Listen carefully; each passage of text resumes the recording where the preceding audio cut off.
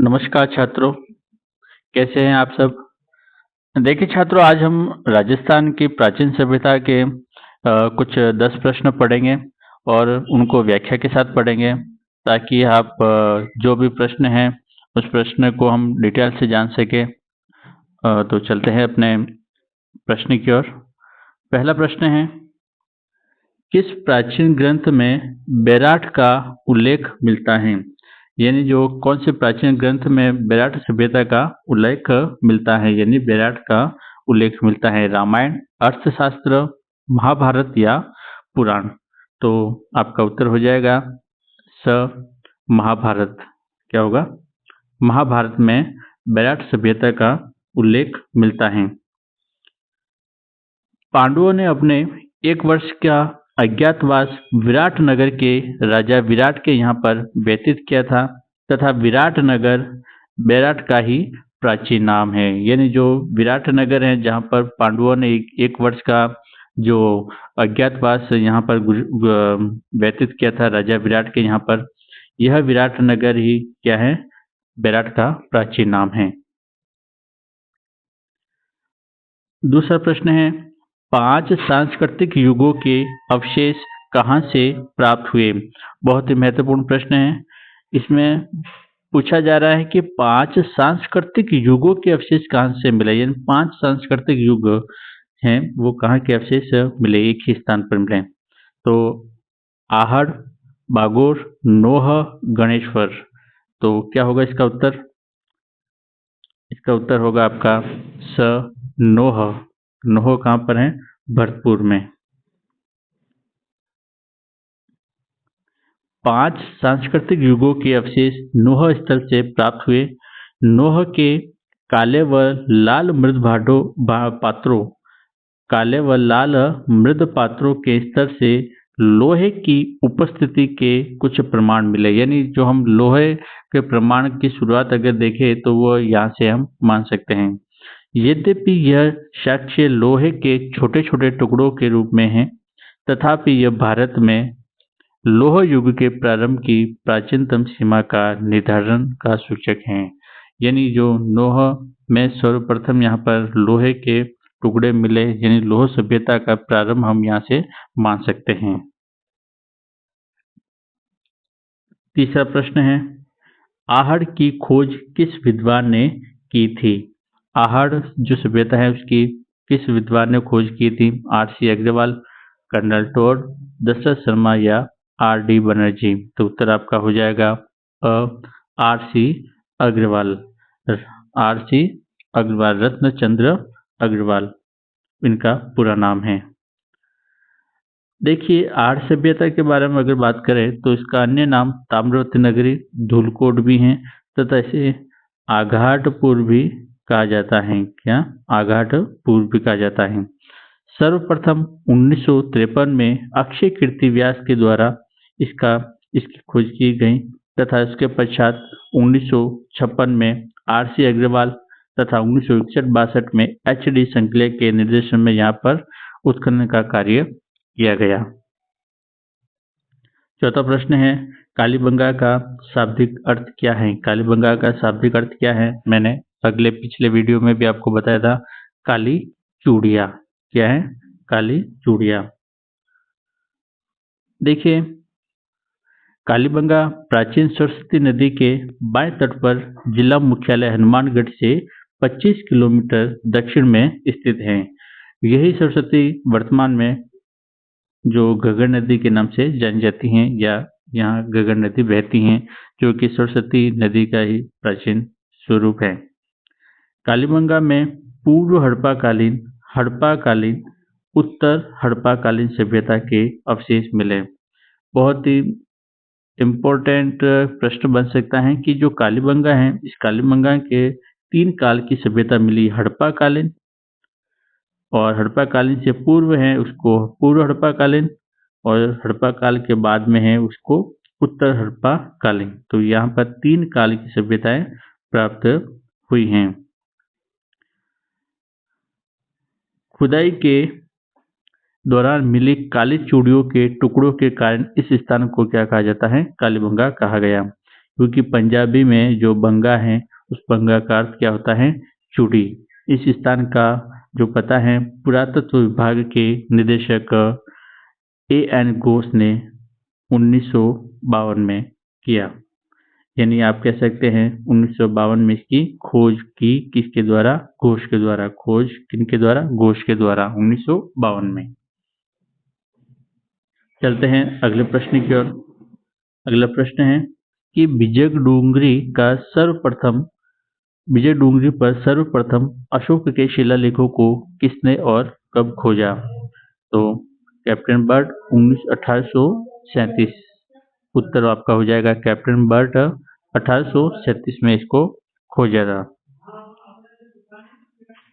तो जो captain Burt है उन्होंने 1837 में इसकी खोज की।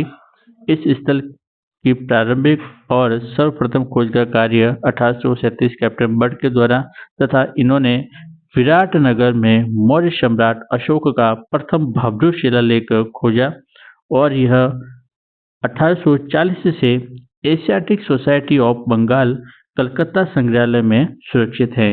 यानी इसकी खोज हुई 1837 में और 1840 में इसको कहाँ स्थापित किया गया, कलकत्ता संग्रहालय में। इसे भाब्रू शिलालेख और बेराट कलकत्ता शिलालेख भी कहा जाता है। यानी ये बेराट से कलकत्ता लेके गए, इसको बेराट कलकत्ता शिलालेख भी कहा जाता है। चलते हैं अगले प्रश्न की ओर। प्रश्न है किस पुरातात्विक स्थल का प्राचीन नाम मालव नगर था? तो किस का जो प्राचीन नाम मालव नगर था, नगर, सुनारी, जोधपुरा या नलियासर? आपका उत्तर हो जाएगा ए नगर। नगर का प्राचीन नाम क्या था, मालव नगर। नगर की खुदाई पुरातत्ववेत्ता कृष्णदेव की देखरेख में हुआ तथा किनकी देखरेख में, कृष्णदेव की देखरेख में हुआ था सर्वप्रथम। फिर नगर में केवी सौंदरराजन ने पुनः उत्खनन करवाया। यानी सर्वप्रथम तो कृष्णदेव ने और उसके बाद में केवी सौंदरराजन ने पुनः उत्खनन करवाया। नगर की खुदाई में 6000 मालव सिक्के, 1000 से अधिक पात्रों के टुकड़े, लगभग 500 अन्य छोटे छोटे अवशेष प्राप्त हुए और नगर से गुप्त उत्तरकालीन स्लेटी पत्थर से बनी महिषासुर मर्दनी की प्रतिमा तथा पत्थर पर मोदक के रूप में गणेश का अंकन और 3 फणधारी नाग का अंकन यहाँ से प्राप्त होता है और कमल धारण किए हुए लक्ष्मी जी की खड़ी प्रतिमा भी यहाँ पर मिली। बहुत इम्पोर्टेंट जो फैक्ट है यहाँ पर ये ध्यान रखना है, महिषासुर मर्दनी और पत्थर पर मोदक के रूप में गणेश जी का अंकन और 3 फणधारी नाग का अंकन और कमल धारण किए हुए लक्ष्मी की खड़ी प्रतिमा भी यहाँ मिली। कहाँ मिली, नगर में। कहाँ मिली, नगर में, जिसको प्राचीन नाम मालव नगर था। ये सभी सामग्री नगर को मालवों के अधीन एक क्षेत्र घोषित करती हैं। अगला प्रश्न है आहड़ सभ्यता के लोग किस खाद्य से अच्छी तरह से परिचित थे? यानी आहड़ सभ्यता में किस खाद्य से लोग अच्छी तरह से परिचित थे? ज्वार, मक्का, बाजरा, चावल। तो आपका उत्तर हो जाएगा द चावल। यानी चावल से आहड़ के लोग क्या थे, परिचित थे। आहड़ के लोगों के द्वारा चावल भी उगाया जाता था और वे मिट्टी के तवे पर रोटियां बनाते थे। अगला प्रश्न है गणेश्वर सभ्यता का संबंध किस नदी से है? गणेश्वर सभ्यता किस नदी से संबंधित है? कांतली नदी। कौन सी नदी? कांतली नदी। ये कांतली नदी के बाएं तट पर स्थित थी। कहाँ पर? बाएं तट पर। देखिए दोस्तों, आपको थोड़ा सा ध्यान रखना है, जितनी भी ये सभ्यताएं मिली हैं वह नदी के बाएं तट पर मिली हैं। कौन से तट पर? बाएं तट पर। लेकिन एकमात्र बेराट सभ्यता है वह नदी के दाएं तट पर मिली। कौन से तट पर? दाएं तट पर। यानी सारी जो सभ्यता है वह बाएं तट पर और केवल एकमात्र बेराट सभ्यता है वह नदी के दाएं तट पर मिली। कातली नदी के तट पर ये गणेश्वर सभ्यता मिली है। गणेश्वर का जो टीला है वह नीमका थाना में कातली नदी के उद्गम स्थल पर अवस्थित है। गणेश्वर में रत्नचंद्र अग्रवाल ने आरसी अग्रवाल ने 1977 में खुदाई कर इस सभ्यता पर प्रकाश डाला। इस क्षेत्र का विस्तृत उत्खनन का कार्य 1978 से 1990 के बीच विजय कुमार ने करवाया। तो ये थोड़ा सा ध्यान रखना है, विजय कुमार का नाम भी इम्पोर्टेंट है। यानी सबसे पहले तो 1977 में आरसी अग्रवाल, रत्नचंद्र अग्रवाल ने, और जो विस्तृत उत्खनन का कार्य है वह 1978 से 1990 के बीच में विजय कुमार ने किया था। अगला प्रश्न है, कहाँ के अवशेष से यह पता चलता है कि विश्व विख्यात सिंधु सभ्यता का राजस्थान में विकास हुआ? यानी क्या राजस्थान में भी सिंधु घाटी सभ्यता का विकास हुआ?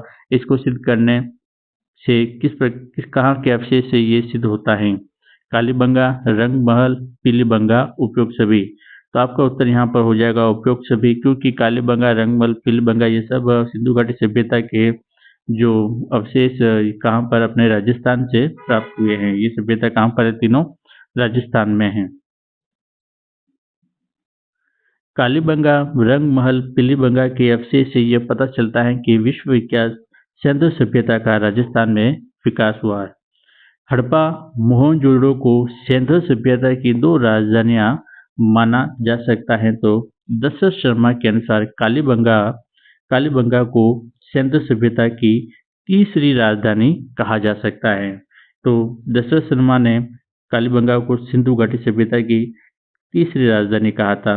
तो यह सही बात है कि जो आप अगर हड़प्पा और मोहनजोदड़ो को जो सिंधु सभ्यता की दो राजधानी मान सकते हैं, तो तीसरी राजधानी को हम किसको मान सकते हैं? कालीबंगा को।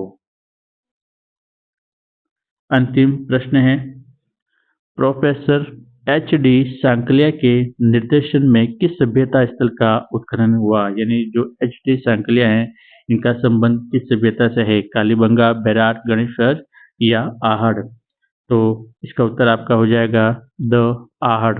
तो आहड़ का संबंध एच.डी. सांकलिया से है। उदयपुर से 3 किलोमीटर दूर 500 मीटर लंबे धूलकोट के नीचे आहड़ का पुराना कस्बा दबा हुआ है, जहां से ताम्रयुगीन सभ्यता प्राप्त हुई। कौन सी? ताम्रयुगीन सभ्यता। और इसी आहड़ को ताम्रनगरी भी कहा जाता है।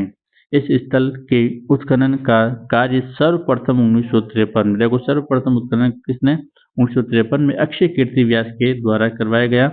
फिर डॉक्टर एच.डी. सांकलिया तथा डेक्कन कॉलेज पुणे, पुरातत्व संग्रहालय विभाग राजस्थान, मेलबोर्न विश्वविद्यालय ऑस्ट्रेलिया के संयुक्त अभियान में वर्ष 1961-62 के दौरान इस स्थल का उत्खनन का कार्य किया गया।